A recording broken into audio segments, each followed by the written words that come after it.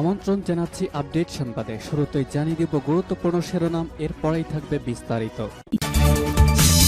শুরুতে জানিয়ে দিব সামনে এগিয়ে যাচ্ছে রুশ বাহিনী, আতঙ্কে রয়েছে ইউক্রেনের বাসিন্দারা। জানিয়ে দিব রাশিয়ার সঙ্গে বন্ধুত্ব আরো ঘনিষ্ঠ করতে চায় চীন। এদিকে গাজায় ত্রাণের গাড়ি আটকে দিল ইসরায়েল। জানিয়ে দিব মোদিকে ধন্যবাদ দিলেন প্রধানমন্ত্রী শাহবাজ শরীফ। এছাড়া রয়েছে যুক্তরাষ্ট্র একমাত্র পরাশক্তি হিসেবে দায়িত্ব পালনে ব্যর্থ হয়েছে বলেছে পুতিন। সর্বশেষ জানিয়ে দেব গুগলের তথ্য প্রযুক্তি চুরি চীনা প্রকৌশলী গ্রেফতার। শুনছিলেন সংবাদ শিরোনাম, এখন বিস্তারিত। তার আগে অনুরোধ থাকবে ভিডিওতে একটি লাইক দিন এবং কমেন্টস করে জানিয়ে দিন কোন জেলা থেকে বা কোথা থেকে আমাদের সঙ্গে যুক্ত রয়েছেন। সামনে এগিয়ে যাচ্ছে রুশ বাহিনী, আতঙ্কে ইউক্রেনের বাসিন্দারা। রুশ বাহিনীর সামনে রীতিমতো খাবি খাচ্ছে ইউক্রেনীয় সেনাবাহিনী। হারানো জায়গা উদ্ধারের বদলে প্রতিনিয়ত নিয়ন্ত্রণ হারাচ্ছে নতুন এলাকার। বৃহস্পতিবার বিবিসির এক প্রতিবেদনে এই তথ্য জানানো হয়েছে। দ্রুতগতিতে এগিয়ে যাচ্ছেন রাশিয়ার সেনারা, ফলে ইউক্রেনের পূর্বাঞ্চলের বাসিন্দারা আতঙ্কে দিন কাটাচ্ছেন।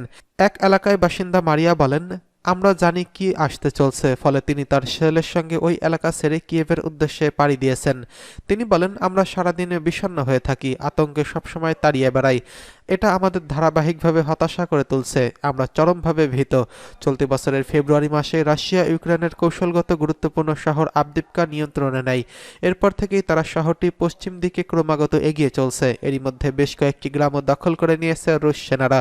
ইউক্রেন বলেছে তাদের সেনারা লড়াই অব্যাহত রেখেছে, তবে বর্তমানে রাশিয়ার সেনারা 1100 কিলোমিটার জায়গা জুড়ে 5টি এলাকায় হামলা চালিয়েছেন। পূর্ব দোনেৎস্ক ইউক্রেনের সেনাদের সবচেয়ে বেশি কঠিন পরিস্থিতির মুখোমুখি হতে হচ্ছে। এদিকে রাশিয়ার সঙ্গে বন্ধুত্ব আরো ঘনিষ্ঠ করতে চায় চীন।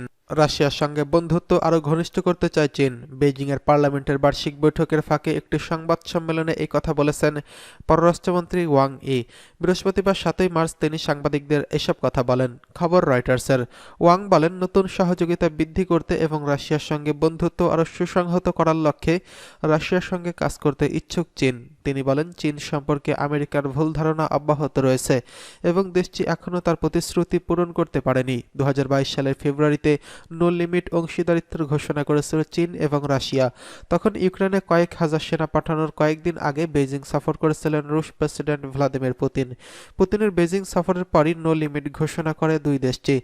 এর কয়েকদিন পরই ইউক্রেনের রাশিয়ার বিশেষ অভিযান শুরু হয়েছিল, যা দ্বিতীয় বিশ্বযুদ্ধের পর ইউরোপের সবচেয়ে ভয়ঙ্কর স্থলযুদ্ধের সূত্রপাত করে। এদিকে গাজায় ত্রাণের গাড়ি আটকে দিল ইসরায়েল। ক্ষুধায় জর্জরিত গাজা বিশ্ব খাদ্য সংস্থার ত্রাণের গাড়ি আটকে দিয়েছে ইসরায়েলের সেনাবাহিনী। মঙ্গলবার এক বিবৃতিতে ডব্লিউএফপি জানিয়েছে, গাজার উত্তরাঞ্চলে তাদের নিয়ন্ত্রণে নিয়ে আসা 14টি ত্রাণবাহী ট্রাক গাজার ওয়াদি চেকপয়েন্টে আটকে দেওয়া হয়। পরে সেখানে ক্ষুধায় মরিয়া জনগণ ট্রাকগুলোকে লুট করে। সোমবার উত্তর গাজার শিশুরা অনাহারে মারা যাচ্ছে বলে জানায় ডব্লিউএফপি। পরদিনই খাদ্য সরবরাহের জন্য ব্যর্থতার কথা জানায় সংস্থাটি। বলেছে, ওয়াদি গাজার চেকপয়েন্টে 3 ঘন্টা ধরে অপেক্ষা করা ত্রাণবাহী জাহাজকে ফেরত পাঠিয়ে দেয় আইডিএফ। ফলে ট্রাকগুলো অন্য পথ দিয়ে নিয়ে যাওয়ার চেষ্টা করা হয়। অন্য পথে পা রাখতেই ক্ষুধার্ত মানুষের বিশাল গাড়ির ভিড়গুলোকে গাড়িকে আটকে দেয়। এরপর তারা ট্রাকগুলো থেকে প্রায় 200 টন খাবার লুট করে নেয়। এর আগে 29 ফেব্রুয়ারি গাজায় ত্রাণবাহী ট্রাকে ছুটে যাওয়া ফিলিস্তিনিদের উপর হামলা চালিয়েছে ইসরায়েলি বাহিনী। এতে 112 জন নিহত হয়েছেন বলে জানিয়েছেন ফিলিস্তিনের স্বাস্থ্য মন্ত্রণালয়।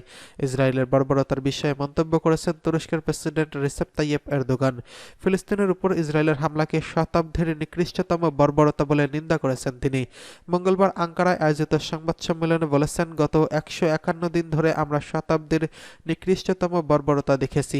এদিকে 29 ফেব্রুয়ারির ঘটনায় শনিবার গাজার প্রথমবারের মতো 38,000 প্যাকেট খাবার ফেলেছে যুক্তরাষ্ট্র। মঙ্গলবার আবারও দ্বিতীয়বারের মতো গাজার উত্তরাঞ্চলে বিমানযোগে 36,000 প্যাকেট খাবার পাঠিয়েছে দেশটি। জর্দানের বিমান বাহিনীর সহযোগিতায় প্যারাশুটের মাধ্যমে এই খাবারগুলো পাঠিয়েছে দেশটি। এদিকে নরেন্দ্র মোদিকে ধন্যবাদ দিলেন শাহবাজ শরীফ। পাকিস্তানের নবনির্বাচিত প্রধানমন্ত্রী শাহবাজ শরীফ বৃহস্পতিবার ভারতের প্রধানমন্ত্রী নরেন্দ্র মোদিকে ধন্যবাদ জানিয়েছেন। এর আগে প্রধানমন্ত্রী হওয়ায় শাহবাজকে অভিনন্দন জানিয়েছেন নরেন্দ্র মোদি। নিজের অফিসিয়াল এক্স হ্যান্ডেলে পেজে শাহবাজ শরীফ লিখেন, পাকিস্তানের প্রধানমন্ত্রী নির্বাচিত হয় আমাকে ধন্যবাদ জানানোর জন্য নরেন্দ্র মোদীকে ধন্যবাদ।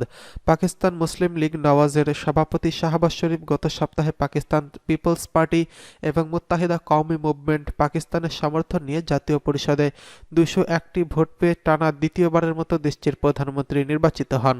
শাহবাজের প্রতিদ্বন্দ্বী পাকিস্তান তেহরিক ই ইনসাফ পিটিআই প্রার্থী ওমর আইয়ুব খান জাতীয় পরিষদের প্রধানমন্ত্রী নির্বাচনে মাত্র 92 ভোট পেয়ে হেরে গেছেন।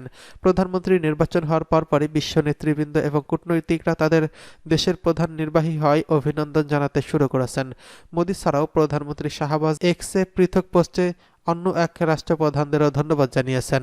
মোদিকে ধন্যবাদ জানিয়ে প্রধানমন্ত্রী শাহবাজ বলেন, পাকিস্তান ও সৌদি আরবের মধ্যকার সম্পর্ক গভীর শ্রদ্ধা ও ধর্মীয় সাংস্কৃতিক বন্ধন এবং অভিন্ন মূল্যবোধের ভিত্তিতে ঐতিহাসিক বন্ধনে গভীরভাবে প্রথিত। আমি আত্মবিশ্বাসী যে এই ভ্রাতৃপূর্ণ সম্পর্ক আগামী দিনেও বিকশিত হবে। ভ্রাতৃপ্রতিম দুই দেশের জনগণের পারস্পরিক স্বার্থে আমার ভাইয়ের সঙ্গে ঘনিষ্ঠভাবে কাজ করার জন্য অপেক্ষায় রয়েছি। যুক্তরাষ্ট্র একমাত্র পরাশক্তি হিসেবে দায়িত্ব পালনে ব্যর্থ হয়েছে বললেন পুতিন।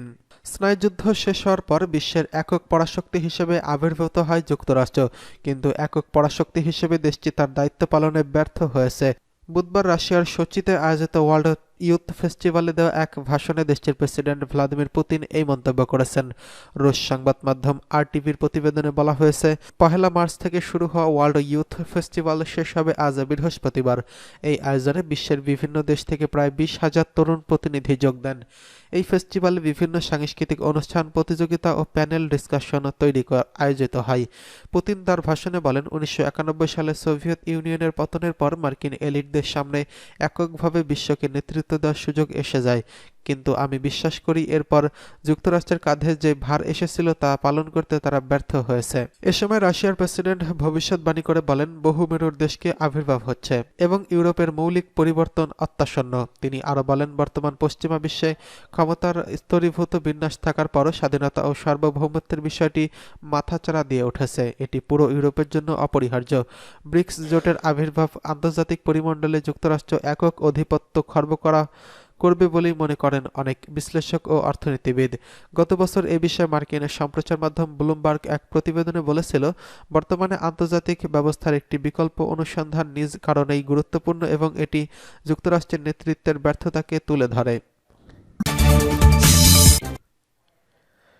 এদিকে গুগলের প্রযুক্তি চুরি, চীনা প্রকৌশলী গ্রেফতার। গুগলের কৃত্রিম বুদ্ধিমত্তার প্রযুক্তি চুরির অভিযোগে চীনার একজন সফটওয়্যার ইঞ্জিনিয়ারকে গ্রেফতার করা হয়েছে। যুক্তরাষ্ট্রের ক্যালিফোর্নিয়া থেকে বুধবার তাকে গ্রেফতার করা হয়।